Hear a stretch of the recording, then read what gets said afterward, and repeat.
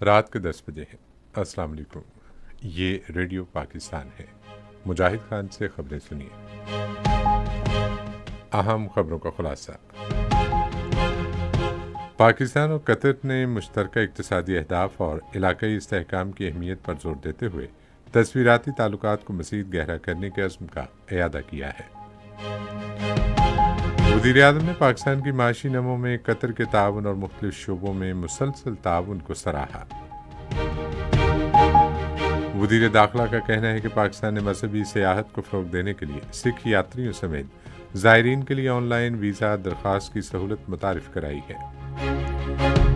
بنوں میں انسداد دہشت گردی آپریشن میں جامع شہادت نوش کرنے والے پاک فوج کے افسر اور 2 جوانوں کو پورے فوجی اعزاز کے ساتھ آبائی علاقوں میں سپرد خاک کر دیا گیا۔ اور اب خبریں تفصیل کے ساتھ۔ وزیر اعظم محمد شہباز شریف نے پاکستان کی اقتصادی ترقی میں قطر کے کردار کو سراہتے ہوئے مختلف شعبوں میں قطر کی مسلسل حمایت پر اس کا شکریہ ادا کیا ہے۔ انہوں نے ان خیالات کا اظہار آج دوحہ میں قطر کے وزیر اعظم شیخ محمد بن عبد الرحمن الثانی سے ملاقات کے دوران کیا۔ دونوں رہنماؤں نے 2 طرفہ تعلقات مزید مستحکم کرنے کے مواقع پر تبادلہ خیال کیا، جن میں خاص طور سے تجارت، سرمایہ کاری، توانائی اور ثقافتی تبادلوں جیسے شعبوں میں تعاون کو فروغ دینے پر توجہ دی جائے گی۔ فریقین نے مفاہمت اور تعاون بڑھانے کے لیے اعلیٰ سطح کے وفود کا تبادلہ جاری رکھنے کی اہمیت اور ترقی کے لیے نئے شعبوں کی نشاندہی کرنے پر اتفاق کیا۔ انہوں نے اقتصادی تعلقات مستحکم کرنے کا پاکستان کے عزم کو ظاہر کیا اور اشتراک عمل بڑھانے کے لیے مواقع تلاش کرنے پر زور دیا۔ پاکستان اور قطر نے مشترکہ اقتصادی اہداف اور علاقائی استحکام کی اہمیت پر زور دیتے ہوئے اسٹریٹجک تعلقات کو مزید مستحکم کرنے کے عزم کا اعادہ کیا ہے۔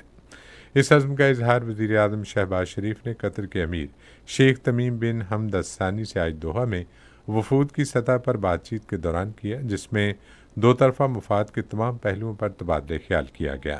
دونوں رہنماؤں نے پاکستان اور قطر کے درمیان تعلقات کے تمام پہلوؤں سمیت تجارت، سرمایہ کاری، توانائی اور ثقافت کے شعبوں میں تعاون کو بڑھانے کے لیے امکانات تلاش کرنے کا جائزہ لیا۔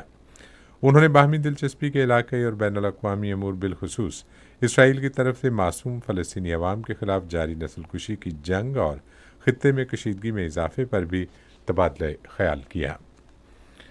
وزیر داخلہ محسن نقوی نے کہا ہے کہ پاکستان نے مذہبی سیاحت کے فروغ کے لیے خصوصی طور پر تیار کی گئی آن لائن درخواست نظام سمیت ویزا کے لیے آسان رسائی متعارف کرائی ہے۔ انہوں نے یہ بات آج اسلام آباد میں امریکہ سے تعلق رکھنے والے سکھ یاتریوں کے 44 رکنی وفد سے گفتگو کرتے ہوئے کہی۔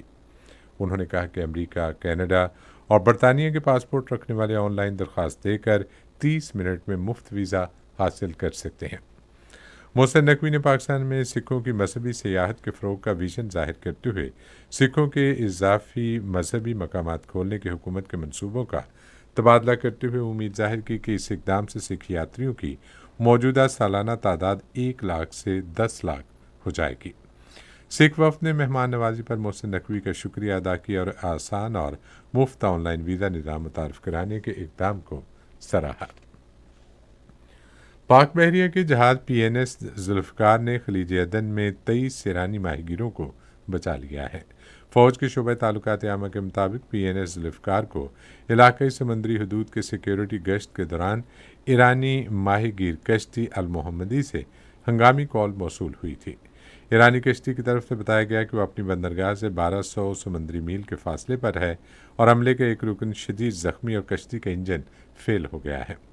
PNS ذوالفقار کے عملے نے فوری طور پر ماہی گیروں کو طبی اور تکنیکی مدد فراہم کی اور انجن کی مرمت کی۔ یہ بات قابل ذکر ہے کہ اس قسم کی صورتحال میں پاک بحریہ کے جہاز سمندر میں پھنسے ہوئے جہازوں کی مدد کرتے ہیں۔ یہ انسانی امدادی کارروائی بحری جہازوں کے تحفظ اور سیکیورٹی کے لیے پاک بحریہ کے عزم کا مظہر ہے۔ ضلع بنوں کے علاقے بکاخیل میں انسداد دہشت گردی کی ایک کارروائی کے دوران شہید ہونے والے پاک فوج کے افسر اور 2 جوانوں کو ان کے آبائی علاقوں میں پورے فوجی اعزاز کے ساتھ سپرد خاک کر دیا گیا۔ فوج کے شعبہ تعلقات عامہ کے مطابق سپرد خاک کیے گئے اہلکاروں میں میجر عاطف خلیل شہید، نائک آزاد اللہ شہید اور لانس نائک غضنفر عباس شہید شامل ہیں۔